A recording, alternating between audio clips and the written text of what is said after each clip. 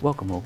In this episode of Retro Gamer Nation, we take a look at Neutron, a fast-paced vertical shoot-'em-up game for the Commodore 64 developed by Sarah Jane Avory of Whitsoft and submitted as part of the RGCD's C64 16KB cartridge Game Dev Compo 2019.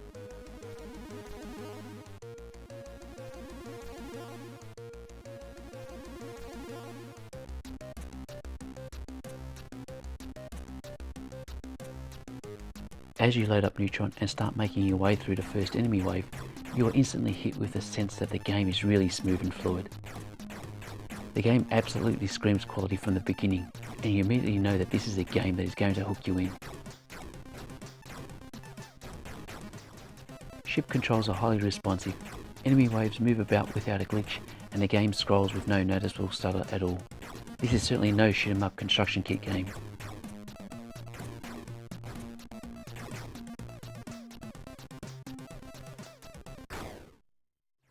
The game features 9 stages containing over 18 different enemy types, each with their own attack patterns.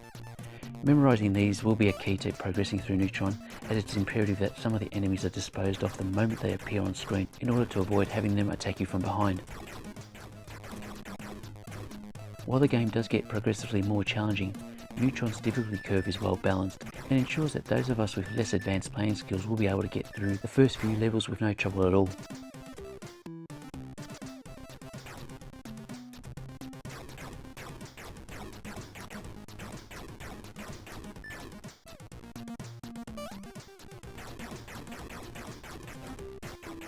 Another element that makes the game more accessible is that when you lose a life, you commence at that spot rather than making you start the level all over again or at a predetermined checkpoint. It's a nice touch in that it highlights Sarah's confidence with her game design and avoids the temptation to make it more difficult than it needs to be.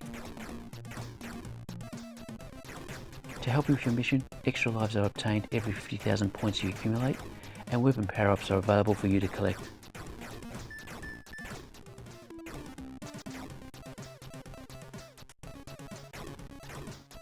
When you reach the end of each stage, you will do battle with an end level boss. Unfortunately, this is the first sign of the 16K limitation, as the bosses look and behave pretty similar throughout the game, and do not pose much of a challenge to defeat.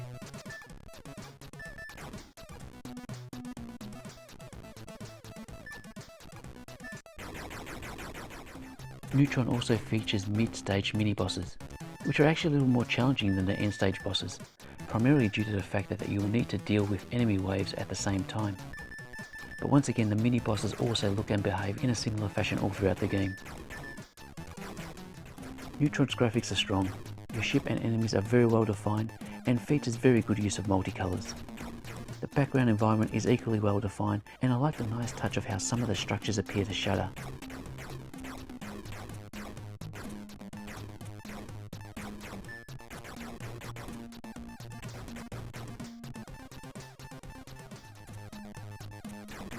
However, again to the 16K limitations of the game design, there are only 3 different background styles throughout the game, and at times you have to check what stage you're on, as it feels like you've already experienced the same enemy wave and background environment combination previously. Sound-wise, there is very little fault with the game. Shooting sound effects are good and change when you pick up a weapon upgrade. The music soundtrack is strong and suits the game quite well. In particular, I like how the tempo of the music shifts to a slower or quicker pace from time to time. It's these little matters of attention that really make a great difference in the game. When you complete all 9 levels, don't expect a fancy endgame screen, as there simply is not enough room left to add one in. Again, a limitation imposed that all games submitted to the RGCD competition fit onto a 16 cartridge image. So what do we have with Neutron?